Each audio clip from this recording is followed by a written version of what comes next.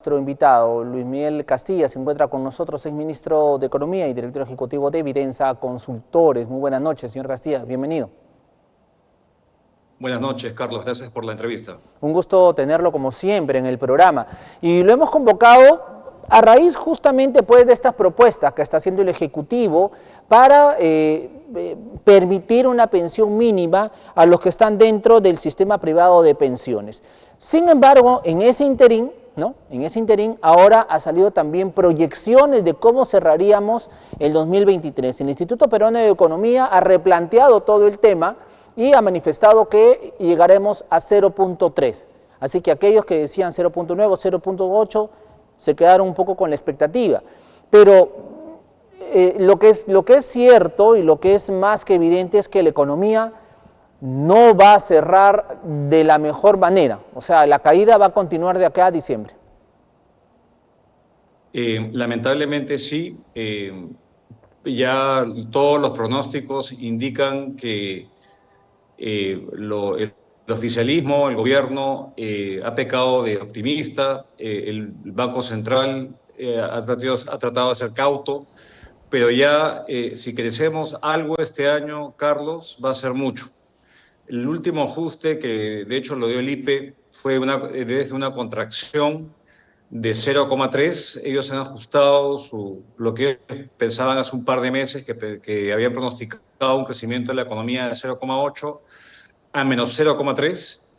Y esto en un contexto en el cual el mundo se pone nuevamente inquietante, hay desafíos por los conflictos geopolíticos. Y el gobierno, pese a los esfuerzos de reactivar la economía, pues han sido infructuosos hasta el momento. Si uno solamente se fija en la proyección para la inversión pública, para el cierre de este año se estaría contrayendo al menos 2%, y esto significa que todo el esfuerzo de compunche no ha dado el efecto esperado.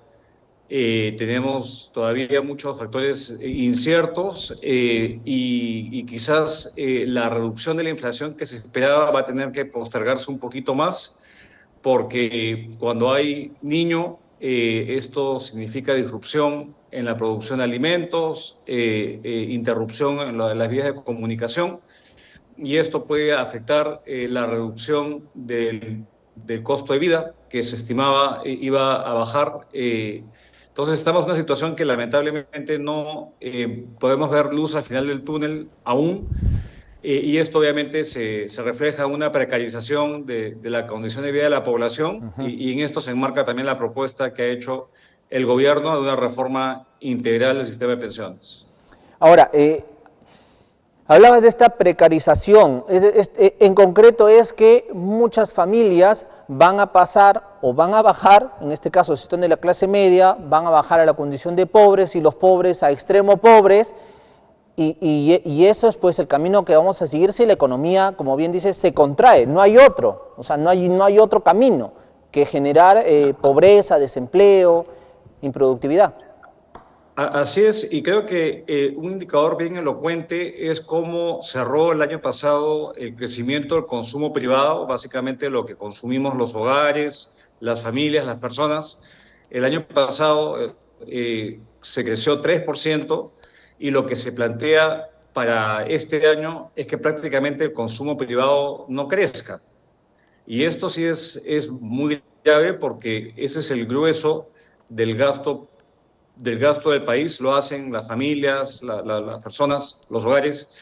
Entonces, esto es complicado, porque ahí estamos viendo una precarización, los ingresos. Si hacemos una comparación gruesa de cómo estábamos hace 2 años y cómo estamos hoy a nivel de tanto los ingresos que perciben los trabajadores y el costo de vida, vemos que los ingresos todavía están 10% por debajo de lo que percibían los hogares peruanos en 2019, 10% por debajo a la fecha. Y la inflación en el acumulado se ha incrementado 20% en los últimos 2 años. Entonces, lo que vemos es que hay una merma muy significativa de la capacidad adquisitiva de la familia peruana, y creo que este es un factor muy diciente de las dificultades que enfrenta la economía. Obviamente en esta situación lo que hay que impulsar es la inversión, tanto pública como privada, y lamentablemente estaríamos entrando al segundo año consecutivo de una caída muy significativa de la inversión privada, que es la que genera el empleo en el país, y la inversión pública, como comenté, no ha contribuido. Entonces, un año Desastroso. muy desafiante, Sí. muy malo, quizás el peor año en los últimos 20 años, si uno excluye la pandemia, y lo más previsible es que la tasa de pobreza, cuando se mida, va a ser que vamos a tener más de 500.000 de peruanos adicionales que se van a sumar a las filas de la pobreza, y un incremento en la informalidad, y todo esto nos hace pues una economía que lamentablemente sigue estancándose, y que el pronóstico para la recuperación del año entrante ahora está en entredicho, porque va a depender de factores que no controlamos, como la magnitud del fenómeno del Niño y lo que ocurra en la economía internacional, que como estamos viendo día a día, hay nuevos riesgos que se presentan y que pueden tener una seria afectación Sí. a nuestra economía también. Y justamente a eso iba a ir mi siguiente pregunta. La presidenta Dina Boluarte se encuentra en el exterior, ha estado en Alemania, está en Italia, en fin. Se ha reunido con un grupo de la Asociación Empresarial para América Latina, allá en Alemania, exactamente. Sin embargo, allí dio un discurso que dista mucho de la realidad. Ella ha manifestado, por ejemplo, que entre el 2024 al 2027, esa proyección me parece un poco excesiva, pero bueno, ella ha dicho de 2024 al 2027 el Perú crecerá 3.1%. Si fuimos optimistas, si el gobierno fue optimista para el 2023, ya es recontra optimista pues para lo que pueda pasar 2024 o 2027, considerando todo lo que se viene, ¿no? El 2024 el niño nada más. Mire, yo creo que es un poquito avesado lanzarse a hacer proyecciones de tan largo plazo con Claro. todos los factores de riesgo que he comentado. Y lo más complicado de esto es que la palabra de la mandataria y del gobierno se comienza a devaluar, ¿no? Y se hace menos creíble. Entonces, lanzarse a decir que vamos a crecer 3%, que de por sí tampoco es que sea una cifra muy alta, es la mitad de lo que crecíamos hace 10 años. Creo que es tratar de tapar el sol con un dedo, ¿no? Estamos en una situación en la cual Crítica. el pesimismo aún no se recupera, estamos en terreno rojo.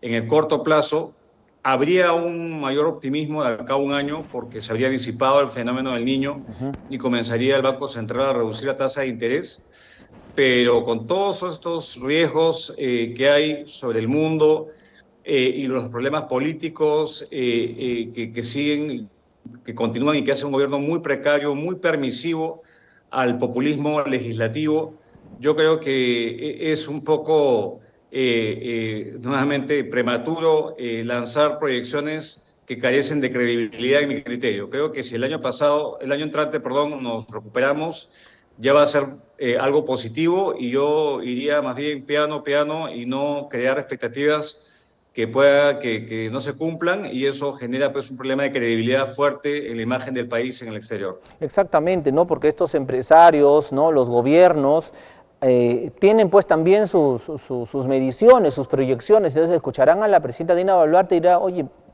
no coincide con lo que nosotros tenemos aquí, pero en fin, como dicen, se pierde credibilidad. Ahora, en todo esto, el gobierno hace algunos días ha propuesto que se otorgue una pensión mínima de 600 soles, una pensión mínima de 600 soles para todos los que se jubilen del sistema privado de pensiones. Bueno, esta es obviamente una respuesta a lo que el Congreso quiere hacer, ¿no? De querer un séptimo retiro. ¿Cómo vemos primero lo del Ejecutivo, la propuesta del gobierno? Yo creo que esta es una propuesta que se ha venido ya esperando hace mucho tiempo, que no solamente es del Ejecutivo, sino también hubo una comisión multisectorial que presidía el Ministerio de Economía y Finanzas, y que incluía la participación del Banco Central, de la Superintendencia de Bancos, del Ministerio de Trabajo, la PCM, Y finalmente han enviado con carácter de urgencia el proyecto de ley al cual se suma otros dictámenes ya aprobados por las distintas comisiones en el Congreso. Yo creo, Carlos, que el proyecto en general tiene algunos atributos positivos.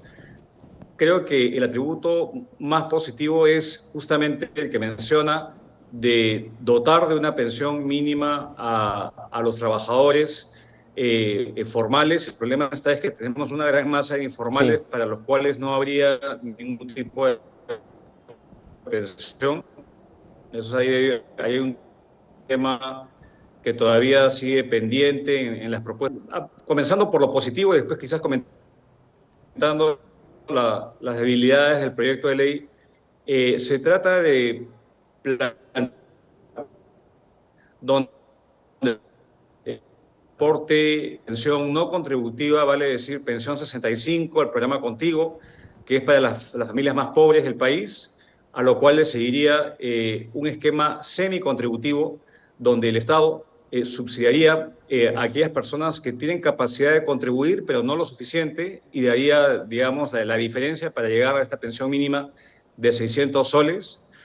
Y a partir de esto vendría el pilar contributivo que no requeriría ningún tipo de presumo de subsidio público, que es el que se basa o bien en el sistema privado, que es de ahorro individual, o el sistema público. Entonces creo que ordenar un sistema tan fragmentado ayuda, pero hay que nuevamente encarar el gran problema que tenemos en el país, que es que tenemos un bajo nivel de cobertura. Más allá de ampliarlo a los 600 soles, a Ujú. los peruanos que pueden contribuir o que tengan parcialmente esa capacidad, tenemos un gran problema de informalidad. Entonces todavía el problema no es resuelto, ¿no? Uno de cada cuatro peruanos puede ahorra para una jubilación. Con los retiros tenemos, y si se aprobara este séptimo retiro, tendríamos básicamente casi 4 millones de peruanos con saldo cero en sus cuentas de ahorro. Por un lado, el sistema público está desfinanciado y requiere que el Tesoro Público le pase plata todos los Ujú. años a la ONP para cumplir la pensión. Entonces yo creo que es un tema bien serio que refleja la naturaleza de nuestro mercado de trabajo, que es informal. Un elemento, yendo a la parte de las críticas, un elemento que no es menor es la obligación para que coticen los trabajadores independientes. Esto se intentó, de hecho, en mi propia gestión hace 10 años, y lamentablemente, pese a dar gradualidad, los trabajadores No, sí. independientes pues no lo vieron, Ujú. ellos privilegian mucho su liquidez de corto plazo y no querían aportar pues a un fondo. Y hay una serie de otros elementos que hacen que el proyecto sea perfectible. Lo cierto es que ya está en la cancha del Congreso y ojalá que haya un debate técnico y no populista, ¿no? En un tema Ujú. tan central como es tener un sistema de seguridad y de protección social que sea robusto y que abarque a todos los peruanos. Ahora, lo que preocupa de alguna manera, tal vez usted nos puede sacar alguna duda, es esta subvención que el Estado daría, ¿no? A los que no puedan cubrir todo esto. Ahora, el Estado tiene la espalda económica, el respaldo económico para poder afrontar esto. Yo creo que sí, en tanto se maneje la fórmula que el Ministerio de Economía ha previsto, que es ir de manera gradual. Creo que ha identificado a una población objetivo de 850.000 peruanos que recibirían aporte, digamos, este subsidio, pero hay otras propuestas, ¿no? En el Congreso, por ejemplo, el dictamen que aprobó la Comisión de Economía establece un costo mucho más alto, que es asignar no solamente una pensión mínima, sino un incentivo para el ahorro, y es a tomar 3 puntos del IGB. Acordémonos que cada punto del IGB suma más o menos 4.000 millones de soles. Ahí estamos Ujú. hablando de 12.000 millones de soles, que es un costo mucho mayor que lo que el Ejecutivo ha planteado. Y obviamente también cuando se pone a discutir pensiones mínimas, esto también puede ser utilizado y se puede desvirtuar ese monto. Los congresistas pueden tratar de equipararlo al salario mínimo y esto puede potencialmente haber pues una farra y un manoseo de la propuesta técnica que ha realizado el Ministerio de Economía con el concurso de los otros actores técnicos. Entonces, es un tema muy sensible. Creo que si se hace gradualmente y solamente a aquellos que no tienen la capacidad de contribuir ayudaría, pero todavía hay una serie de temas que se tienen que esclarecer, como qué hacer con los trabajadores informales. Le reitero ese tema. Otro tema que me parece que es un error del Ejecutivo es haber planteado que si es que un trabajador no escoge a qué sistema ir, o al público o al privado, por default entra al público, y eso es ahondar los problemas de un sistema de reparto que está quebrado. Entonces creo que ahí flaco favor se hace el propio MEF, que en lugar de tener como alternativa al sistema privado, pone como alternativa el sistema público. Yo creo que eso, no entiendo la lógica de ese tema. También abre a otro tipo de entidades, a bancos, a empresas de seguros, a cajas municipales, y yo creo que hay una cuestión de conflictos de interés potencialmente que tienen que ser ahí bien regulados. Ajá. Yo no veo honestamente que una caja municipal tenga la capacidad de manejar el ahorro previsional de largo plazo, y hay temas ahí que todavía tienen que dilucidarse. Lo cierto es que Afinarse, esta es claro. una reforma muy importante, muy necesaria, porque no podemos tener pues una masa de trabajadores tan expuesta a shocks externos, que pierdan su trabajo y que caigan pues en la pobreza, por un lado, y recordar que la población peruana se está envejeciendo.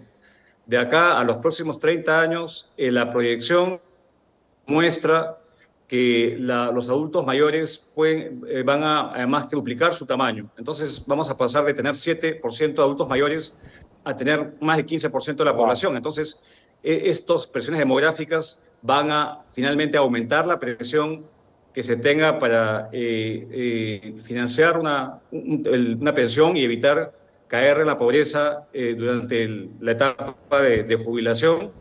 Es verdad. Y es un tema muy central que requiere consenso, requiere pragmatismo, ser prácticos y no prometer cosas incumplibles. Ojalá que el Congreso esté a la altura del desafío y que se moderen estas propuestas que finalmente lo que buscan es el aplauso corto, Exacto. en el corto, y no mira el largo plazo, que es algo que se le critica no solamente al Congreso, sino al propio gobierno, que no da medidas para poder reanimar a la economía. Creo que una reforma de este tipo requiere pensarlo bien, porque lo que está potencialmente haciendo es hipotecando El contra nuestro futuro. futuro o el de nuestros hijos, que finalmente de algún lado va a tener que salir esas pensiones mínimas, esa mayor De cobertura, nosotros y mismos. probablemente Sí, de los impuestos que pagan los contribuyentes a futuro. exactamente. Eso es lo que pasa acá, en cualquier lado, para tener un sistema pues sostenible en el tiempo. Entonces hay temas técnicos que tienen que ser resueltos,